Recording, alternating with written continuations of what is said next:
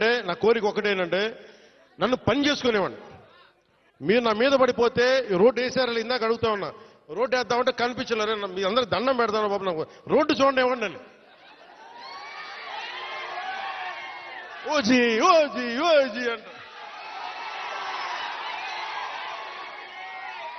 లేదంటే అన్న ఇదివరకు సీఎం అయిన వాళ్ళు ఇంకా పోలా, డిప్యూటీ సీఎం గారు సరిపోతాను ఆనందించాను.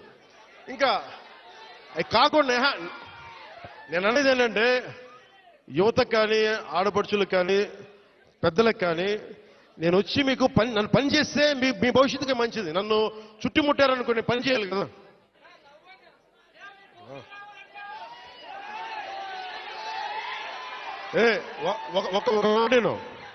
ఒక మాటేనండి.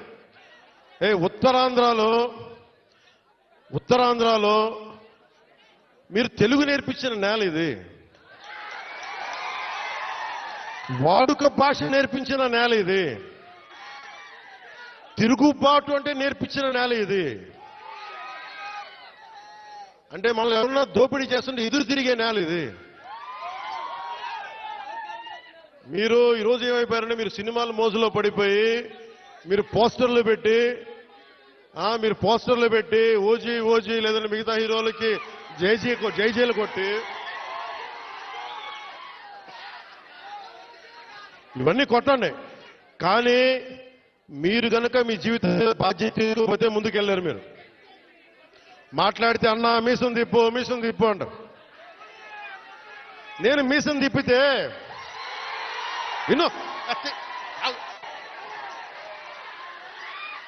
నేను మీసం తిప్పితే రోడ్లు పడవు, అర్థమైందా? నేను ఛాతీ కొట్టుకుంటే రోడ్లు పడవు. నేను వెళ్ళి ప్రధానమంత్రి గారికి దండం పెట్టి ముఖ్యమంత్రి గారి దృష్టికి ఆ సమస్య తీసుకెళ్తే రోడ్లు పడతాయి.